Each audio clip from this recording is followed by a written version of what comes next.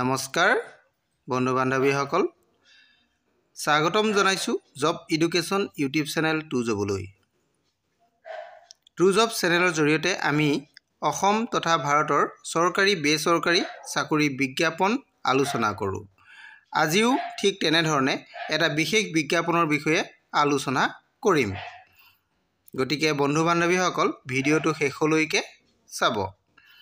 আমি এই ভিডিঅ'ৰ জৰিয়তে কোন বিভাগত নিযুক্তি হ'ব, কিমানটা খালী পদ আছে, বয়স কিমান হ'ব লাগিব আৰু শিক্ষাগত অৰ্হতা কিমান লাগিব, আবেদনৰ অন্তিম তাৰিখ, দৰমহা কিমান হ'ব, এই সকলোবোৰ জানিবলৈ আপোনালোকে ভিডিঅ'টো শেষলৈকে চাব।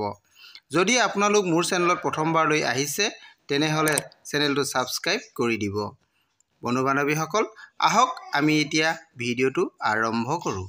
নমস্কাৰ বন্ধু বান্ধৱীসকল, মই আপোনালোকলৈ এটা বিশেষ বিজ্ঞাপন লৈ আহিছোঁ। আজি যিটো বিজ্ঞাপন লৈ আহিছোঁ সেই বিজ্ঞাপনটোত আপোনালোকৰ কাৰণে কিছুমান পদ আছে। সেই পদখিনি চাওক, আপোনালোকে কি কি পদ মই আপোনালোকক দেখাই দি যাম, আপোনালোকে চাই যাব। বন্ধু বান্ধৱীসকল আমি প্ৰথমতে এটা কথা জানি লওঁ যে এইটো কোন ডিপাৰ্টমেণ্টৰ পৰা বিজ্ঞাপনটো প্ৰকাশ পাইছে।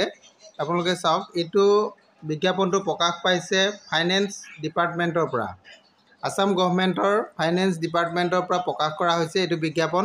ইয়াতে যিটো পদ আছে পদটো হৈছে ৰিচাৰ্চ এছিষ্টেণ্টৰ পদৰ কাৰণে, আৰু ইয়াতে মুঠ পদ আছে আপোনালোকৰ পদ আছে পাঁচটা পদৰ কাৰণে বিজ্ঞাপন প্ৰকাশ কৰিছে। এই 5টা পদৰে কেটেগৰী ৱাইজত সকলো কাৰণে ভাগ কৰি দিয়া হৈছে। ইয়াতে অপেন কেটেগৰীত আপোনালোকৰ কাৰণে 2টা পদ দিয়া হৈছে, অপেন কেটেগৰীত 2টা, আৰু OBC MOBCৰ কাৰণে 1টা পদ দিয়া হৈছে, SC কাৰণে 1টা পদ দিয়া হৈছে, ST প্লেনৰ কাৰণে 1টা পদ দিয়া হৈছে। এইকেইটা মিলাই টোটেল আপোনালোকৰ 5টা পদ ইয়াতে দিয়া হৈছে। গতিকে আপোনালোকে অনলাইন আবেদন কৰিব লাগিব। ইয়াৰ কাৰণে কিমান তাৰিখে অন্তিম ডেট হ'ব সেইটো মই আপোনালোকক জনাই আছোঁ, আৰু কেনেধৰণে আপোনালোকে অনলাইন আবেদন কৰিব সেই বিষয়ে মই কৈ আছোঁ। ইয়াতে আৰু কিছুমান বস্তু দিয়া আছে, আপোনালোকে চাই লওক। আপোনালোকৰ এই পদৰ কাৰণে দৰমহাটো দিয়া হ'ব, আপোনালোকৰ যিটো স্কেল পে' হ'ব আৰু প্লাছ গেট পে' হ'ব। গতিকে আপোনালোকৰ স্কেল পে'টো ইয়াতে 22,000 টকাৰ পৰা আৰম্ভ হ'ব, আৰু গ্ৰেড পে'টো থাকিব 9,400 টকা। স্কেল পে'টো আপোনালোকৰ 22,000 টকাৰ পৰা 97,000 টকালৈকে গ্ৰেড পে'টো আপোনালোকৰ স্কেল পে'টো হ'ব, আৰু প্লাছ গ্ৰেড পে' থাকিব আপোনালোকৰ 9,400 টকা। আৰু আপোনালোকৰ ইয়াতে এছেঞ্চিয়েল ক্ৰাইটেৰিয়া আছে, আপোনালোক ইণ্ডিয়ান চিটিজেন হ'ব লাগিব, আপোনালোক মাষ্ট বি ইণ্ডিয়ান চিটিজেন হ'ব লাগিব, আৰু লগতে আপোনালোকে ৰেচিডেণ্ট ইন আছামৰ হ'ব লাগিব। এই দুটা আপোনালোকে ফুলফিল যদি হয় তেনেহ'লে আপোনালোকে এই পদৰ কাৰণে এপ্লাই কৰিব পাৰিব। আৰু ইয়াৰ কাৰণে যিটো কোৱালিফিকেশ্যন লাগিব, অৰ্থাৎ শিক্ষাগত অৰ্হতা আপোনালোকৰ ইয়াতে ডিগ্ৰী হ'ব লাগিব, অৰ্থাৎ স্নাতক হ'ব লাগিব। আপোনালোকে স্নাতকটো ছায়েন্স, কমাৰ্চ, আৰ্টছ যিকোনো ষ্ট্ৰীমৰ পৰা কৰিলেই হ'ব। আপোনালোকে ইয়াত মাত্ৰ এটা বস্তু লাগিব, আপোনালোকৰ ষ্টেটিষ্টিক, মেথামেটিক্স আৰু ইকনমিক্সত আপোনালোকৰ ডিগ্ৰী কৰ্চত থাকিব লাগিব।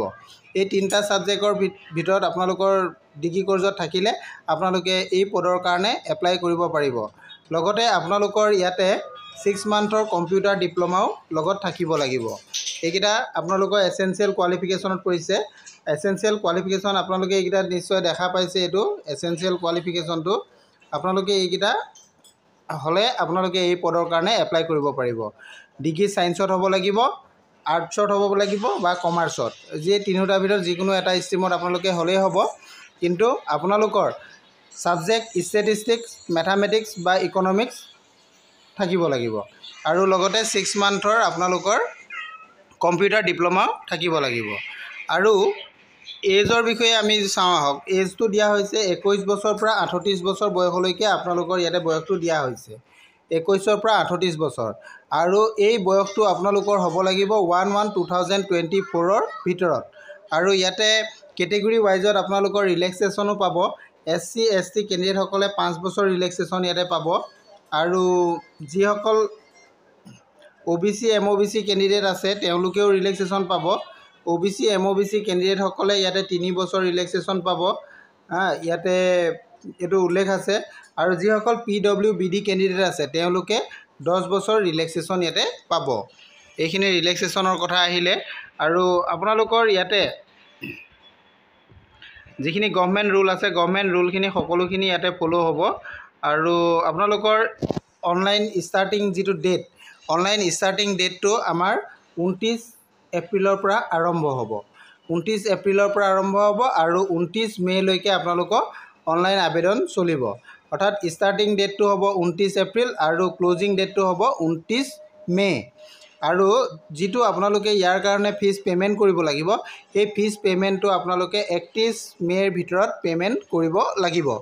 আৰু ইয়াতে ফিজ কিমান আপোনালোকে পে'মেণ্ট কৰিব লাগিব এইকেইটাও আপোনালোকে চাই লওক।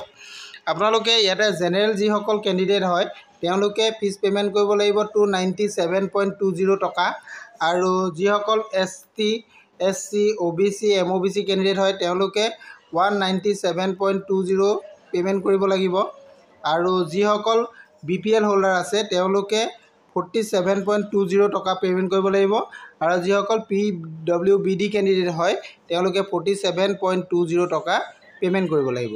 আৰু এই পে'মেণ্টটো আপোনালোকে নেট বেংকিং বা ডেবিট কাৰ্ড ক্ৰেডিট কাৰ্ডৰ সহায়ত আপোনালোকে পে'মেণ্ট কৰিব লাগিব। এইখিনি পে'মেণ্টৰ কথা আহিলে ইয়াতে আপোনালোকৰ আৰু কি কি দিয়া আছে মই গোটেইখিনি আপোনালোকক দেখাই দিব বিচাৰিছোঁ।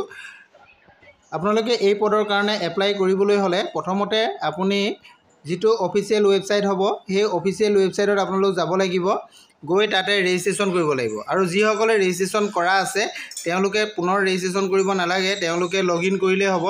লগইন কৰি ফৰ্মখন ফিল আপ কৰিব লাগিব আৰু ফৰ্মখন ফিল আপ কৰোঁতে আপোনালোকে যিবিলাক ডকুমেণ্ট আপলোড দিব লাগিব, ফটো দিব লাগিব, ছিগনেচাৰ দিব লাগিব, এইবিলাকৰ চাইজবিলাকো আপোনালোকে এই বিজ্ঞাপনত পাই যাব।